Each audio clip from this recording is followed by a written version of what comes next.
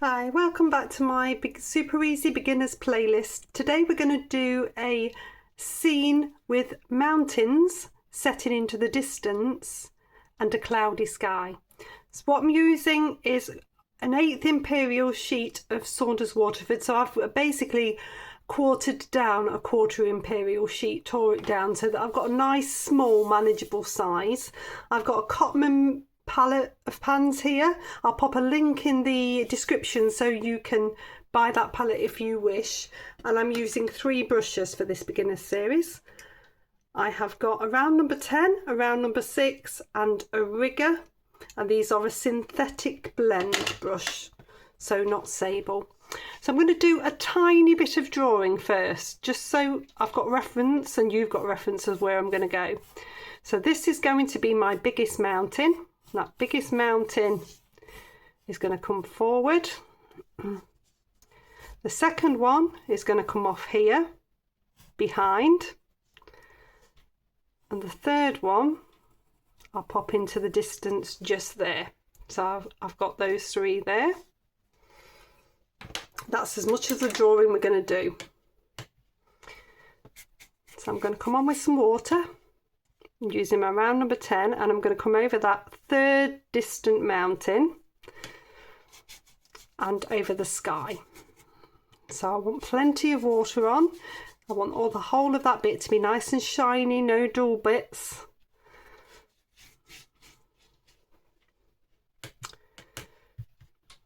Then I'm going to come into some cerulean blue. Whatever blue you've got, you can use. It's just happened to have cerulean and ultramarine in this set, so this is what I'm working with. This is my round number 10. I've loaded it with water. I'm dipping into the paint neat. Basically, I've diluted it on the brush rather than in the palette. And I'm going to get a nice blue effect. And then I'm going to swap down to a round number 6. This puts me a little bit more in control. I'm going to come into some ultramarine blue first and just bring it a little bit darker towards the top. And then I'm going to make a grey, and that grey is going to be ultramarine blue, and for me, burnt umber. You could use cobalt blue and burnt sienna. You could use Payne's grey. So there's lots of different options. You just need a grey. I'm going to pop my brush onto the paper and do a circular motion, keeping the brush down, getting a nice cloudy sky. If when the brush is loaded I do that, you see it explodes out.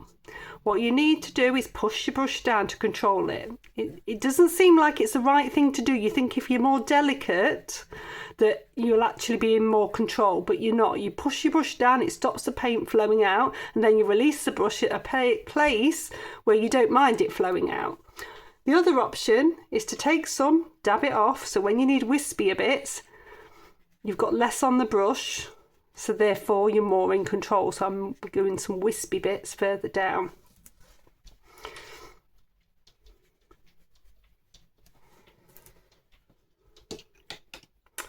Okay, so I've taken the sky over this mountain. I'm also going to take some grey over to make sure that it feels like it's really in the distance. So you'll see I'm painting to the grey line that I've done with the pencil. Because the paint's nice and thick, it's not going to move too far, and I'm following the line of the land, leaving little gaps. Those little gaps are going to just giving a hint of the blue will give a really nice sense of light. I can mix up just a little bit more of this grey.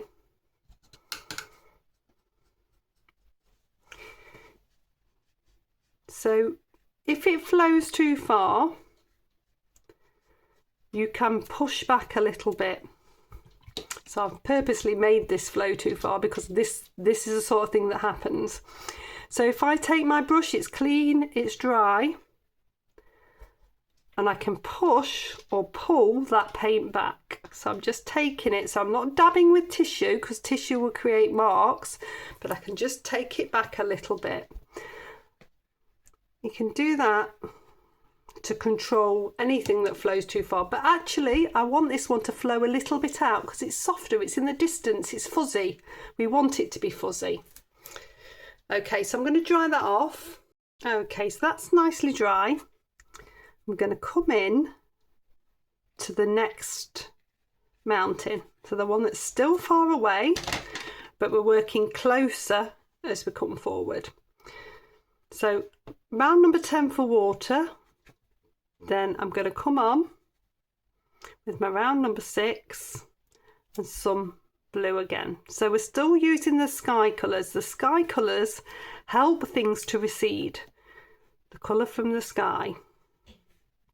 So we're still going to continue to use that as we come through. It also connects everything together. We want this one to be a little bit warmer, so as we're coming forward we're going to get a little bit warmer and a little bit fresher. So I have got here some sap green. It's super fresh, so I'm going to bring a little bit of that in.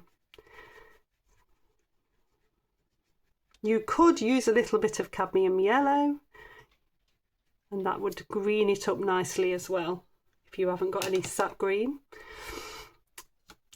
Rinse my brush off, dabbed it off a little bit, and I'm going to come back into the grey. And we're going to blend this through.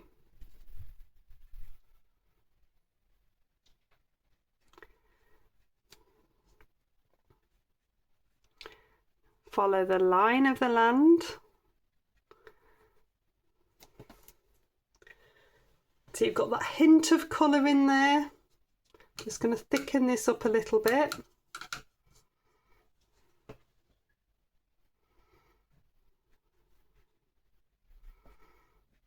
And I'm just letting the paint flow and do its thing. Don't mess with it too much. You want those different contrasting bits and bobs. You don't want to eliminate all that green. I don't want to eliminate all the blue. You just want that little bit of contrast. Now I've got a handy tool here, which is a little bit of chopped up bank card. Now this is a really useful thing to have, especially for craggy mountains. So I'm going to use the corner and I'm just going to indent and create a craggy effect. So whilst it's wet, the paint will run in and you can create some indents in the paper that follow the line of the land, and you're going to get a really nice craggy effect. Okay, I'll dry that one off. Okay, so that's nicely dry now, and you can see already that we're coming forward. You've got that sense of distance appearing, and we are going to go fresher and bolder again. However, the word of warning at this point is we've got this foreground to do, so we don't want to go so fresh and bold that we have nowhere to go when we get to the foreground. So you've just got to keep that in mind at all times. So again, we want that same sort of synergy that we've had through, so we're going to use that same blue. So fresher, warmer, darker all comes forward. So we kept this quite cool, so we can start to get a little bit warmer as we come forward. Now this is a little bit of the sap green again. I'm following the same pattern. We don't want to vary the colours drastically that they look like they're from different countries. It's coming forward gradually. If I dip into a bit of my cadmium red, I'm just going to add a few little bits of that into there. That's warming it up. Red warms, so we've warmed it up a little bit. And then we're going to use that same grey mix. Come in, we're going to start at the top. Get a really nice edge. So it's important we get a nice edge against that mountain in the distance now.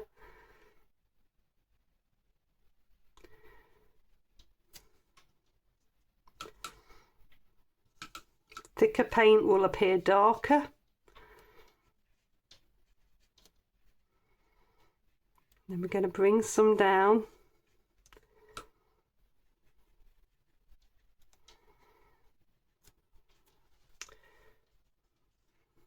Following the line of the land.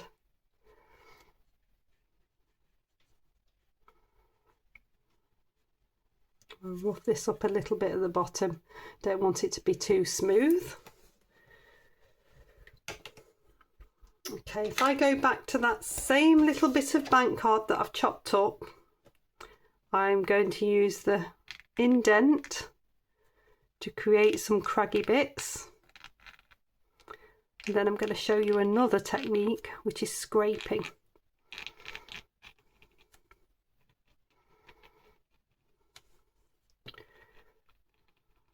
So I'm just drawing in indents and letting the paint run in.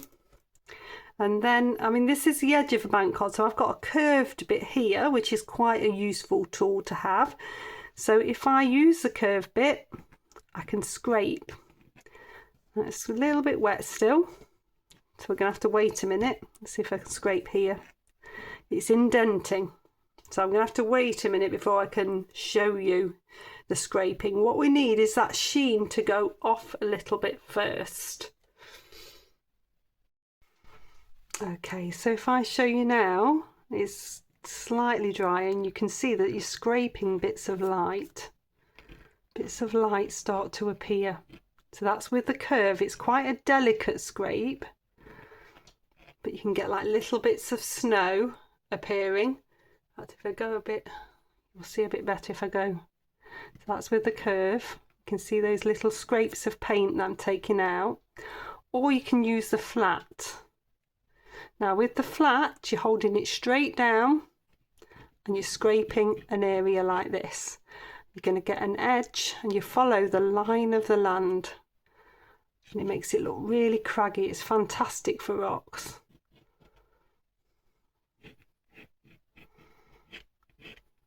Gives a really nice rocky effect. Okay. So we're going to come down now, let that settle into this bottom section. So I'm going to keep this nice and simple. And we're just going to show you how to start to create a bit of a sense of distance. I'm just leaving a tiny gap because that's still wet at the minute. But I'm wetting the bottom section, leaving a millimetre in between. Okay, so this has got the green in. So if I bring the green in here now as the base colour, so this is around number 10. And I'm bringing in the sap green. Whatever green you've used, I want you to bring that in first. Horizontal strokes, and that's going to give us a base. If I use a little bit of the grey, that's going to start to create shadow. So I need that to be more in the distance.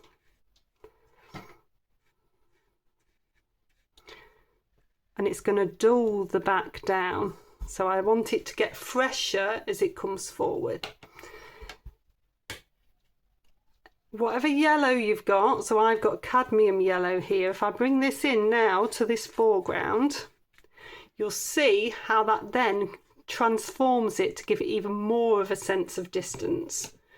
You've got that blast of colour there. If I swap down to a number 6 and I come back into the sap green and take some stronger elements of the green in forward, you'll start to see that how it's creating that sense of distance. So those depth of colours, the freshness, the boldness, all make a difference.